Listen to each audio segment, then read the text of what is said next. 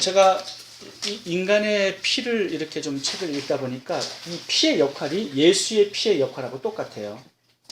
근데 중요한 거는요, 피가 흘러야 한다는 거예요.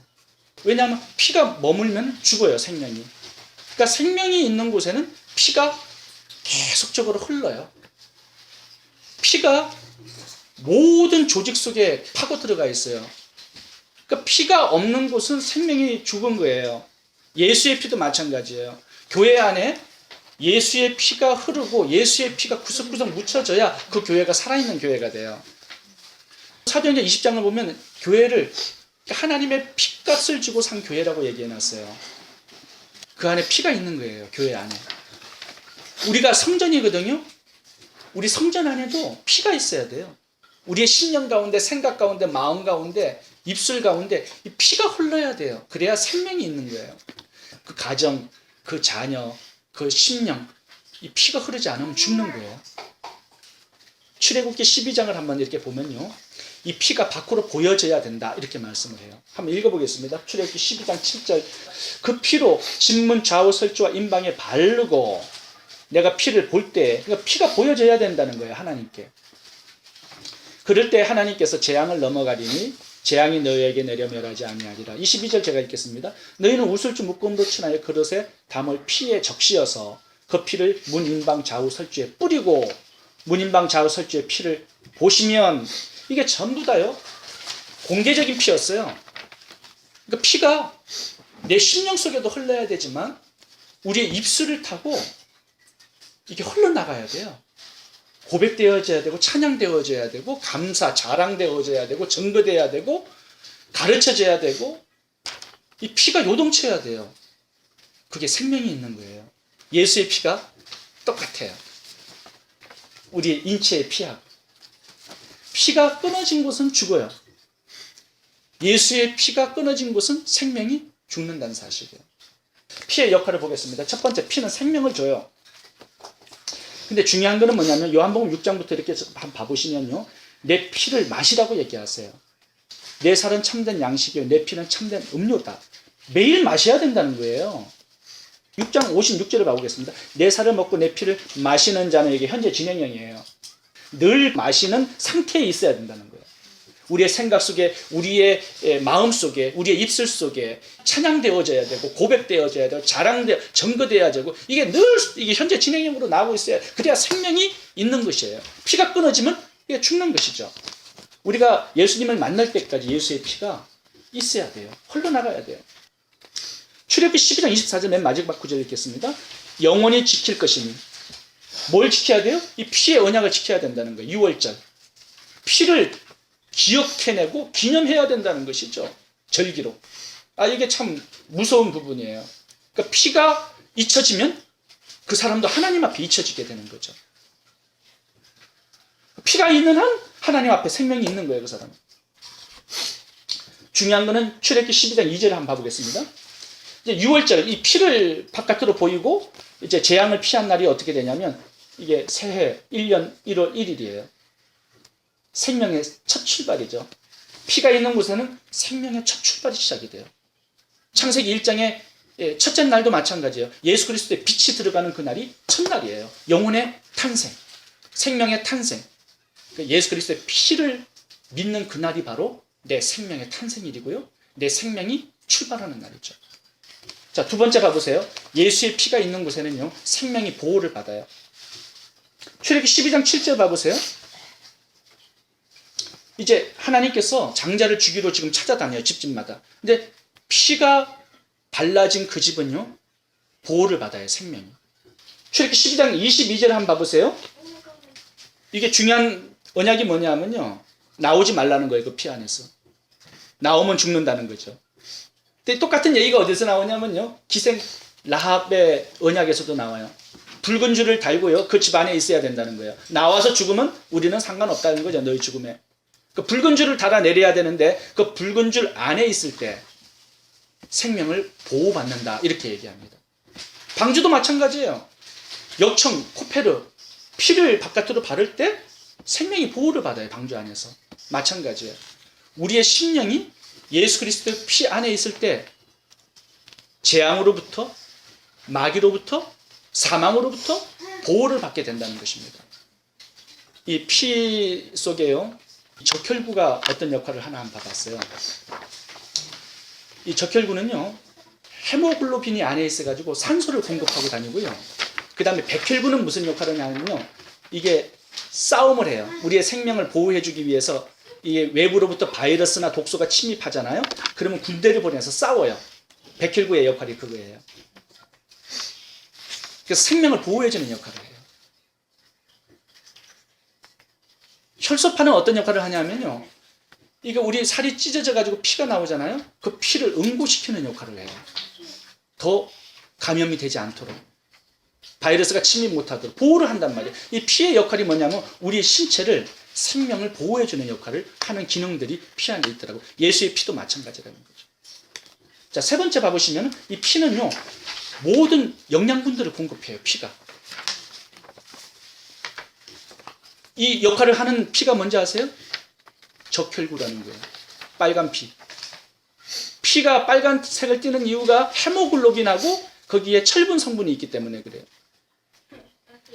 그러니까 이 헤모글로빈이 뭐냐면 산소를 갖다가 철분에 붙여가지고 몸속에 세포 구석구석 이렇게 공급해주는 역할을 헤모글로빈, 적혈구가 해요. 근데 신기한 거는요, 우리 안에 산소만 필요한 게 아니에요. 열이 필요하대요. 37.5도를 유지하는데 그 일을요, 피가 열을 구석구석까지 보내주는 거예요. 우리가 먹으면 거기 열이 나잖아요. 이 열을 잡아다가 계속 공급을 해줘요. 피가. 그 열을 지켜주기 위해 37.5도까지. 그리고요, 영도 농도가 pH 7.5도가 유지돼야 우리가 살아난대요. 그걸 유지를 해요. 피가. 그리고요, 호르몬도 공급을 해줘야 돼요. 그리고 나트륨, 염분 이런 것들을 다 공급해주는 역할이 누가 하냐면 바로 적혈구가 하는 거예요. 대단하죠. 바로 아나토미 무슨 교수 같으세요? 예수의 피를 지금 설명하려다 보니까 인간의 피를 한번 생각해 보게 된 거예요. 근데 예수님의 피 안에 하나님의 모든 은총들이 다 공급이 돼요. 자, 하나님의 은총이 어떤 게 공급될까요? 예수님의 피를 우리가 믿고 예수의 피를 붙들게 되면 어떤 게 공급이 되죠? 성령님이 공급이 돼요.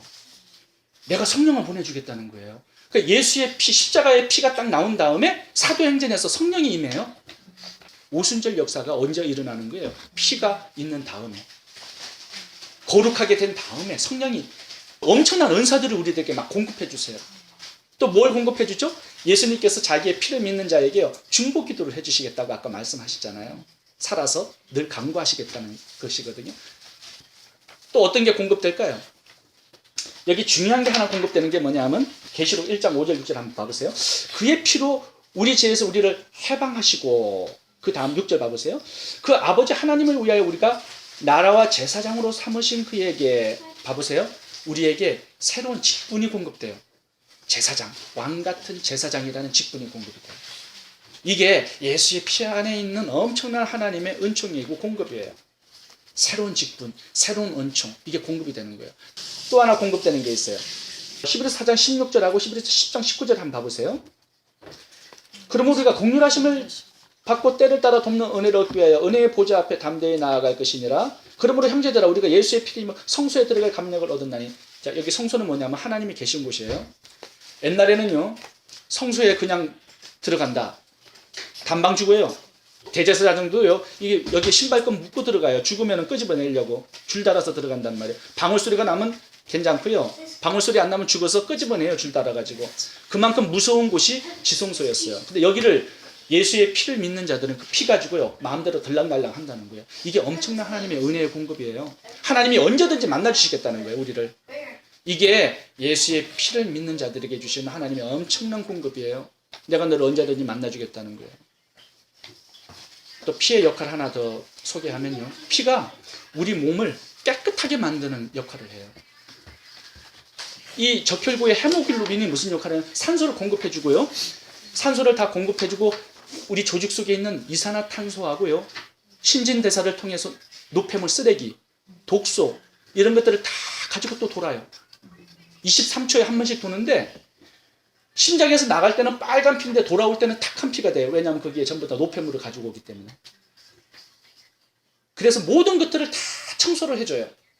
심지어는요, 이 적혈구의 역할이 뭐냐면요, 우리가 공기를 이렇게 흡입하면은 독소가 흡입이 된대요. 그리고 금속물도 흡입되고 바이러스 이런 것들이 다 몸속으로 들어간대요.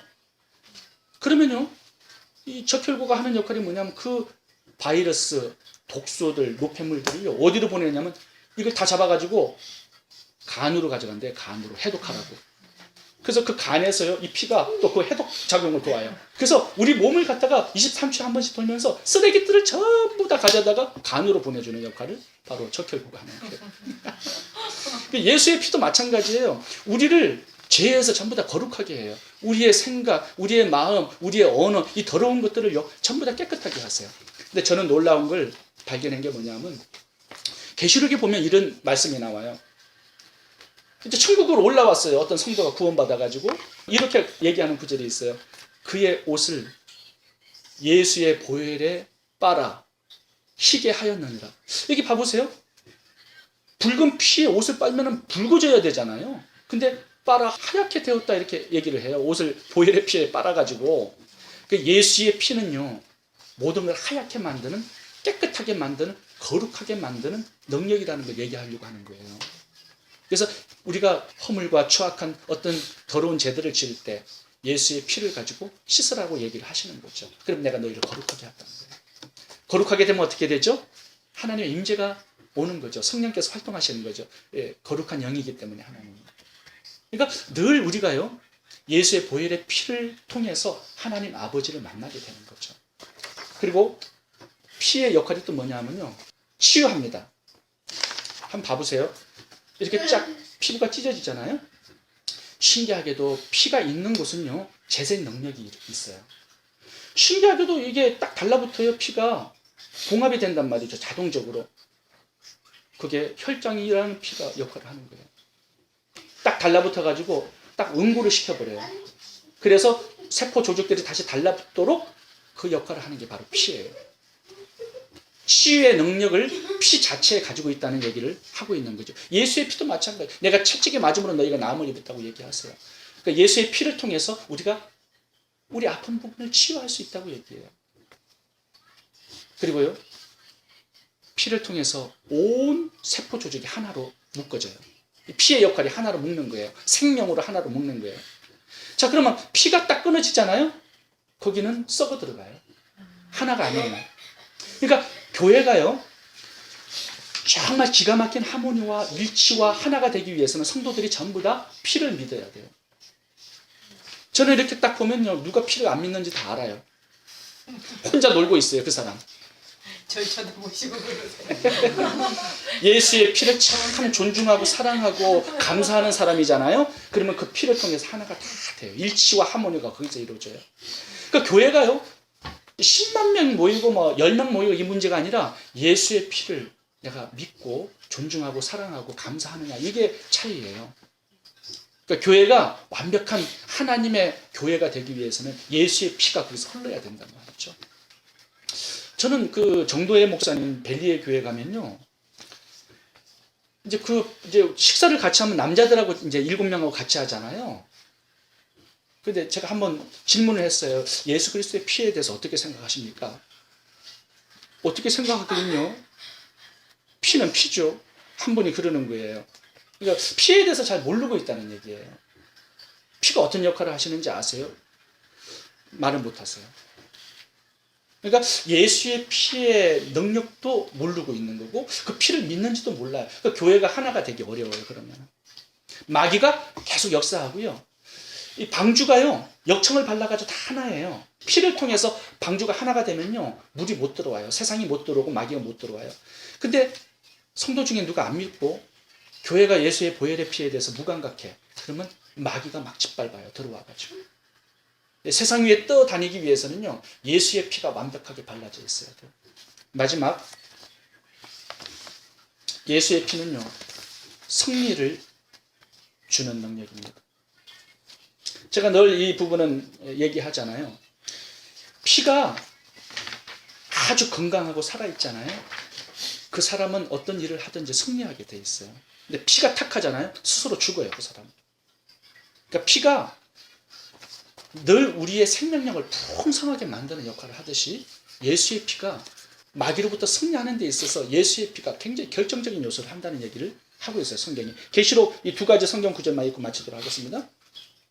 우리 형제들을 참수하던 자, 곧 우리 하나님 앞에서 밤낮 참수하던 자가 쫓겨났고, 마귀를 얘기하는 거죠. 또 여러 형제가 어린 양의 피와 자기의 증거하는 말을 인하여 저를 이기었으니. 승리가 어떻게 주어지냐 하냐면 마귀 참수하는 자 앞에서 어린 양의 피를 증거하는 그 고백 속에서 승리가 주어진다는 거예요. 그 다음 구절 한번 읽어보겠습니다. 다음 페이지. 제가 늘 인용하는 구절이에요. 계시록 19장. 마지막 전쟁에, 아마겟돈 전쟁에서 마귀를 잡을 때 예수님이 피 뿌린 옷을 입고 나가서 싸우세요. 전쟁을. 그 뒤를 성도들이 따라가요. 그러니까 예수의 피를 앞장 세워야 승리한다는 거예요. 예수님도 승리하시기 위해서는 십자가에서 피를 공개적으로 흘렸어요. 그리고 계시록 여기 마지막에서도 피 뿌린 옷을 입고 나가서 마귀와 마지막 전쟁을 하세요. 승리하죠. 계시록에서 승리합니다. 왜요? 피 뿌린 옷을 보여주기 때문에. 예수의 피를 보여주기 때문에 거기서 승리가 있다는 거예요. 그래서요, 예수의 피를 부끄러워할 필요 없어요. 자신 있게 찬양하고 감사하고 증거하고 가르치고 외치고 늘 피가 흐를 수 있도록 내 생각과 마음 속에, 입술 속에, 다른 사람들의 심령 가운데도 흐를 수 있도록 피를 가르쳐주고 예수의 피의 능력이 무언가를 날마다 고백하며 사는 것이 바로 승리의 비결이다 말씀하는 거죠. 피의 능력, 피의 역할에 대해서 질문이 있으신가요? 기도하고 마치도록 하겠습니다. 우리에게 생명을 주시고 우리의 생명을 보호하며 하늘의 신령한 은혜들을 공급하며 우리를 하나 되게 하며 우리를 승리케 하는 이 예수 그리스도의 보혈의 피를 감사하고 찬양하고 자랑하고 증거하는 우리의 생애가 되게 해 주옵소서. 예수님의 이름으로 기도하옵나이다. 아멘.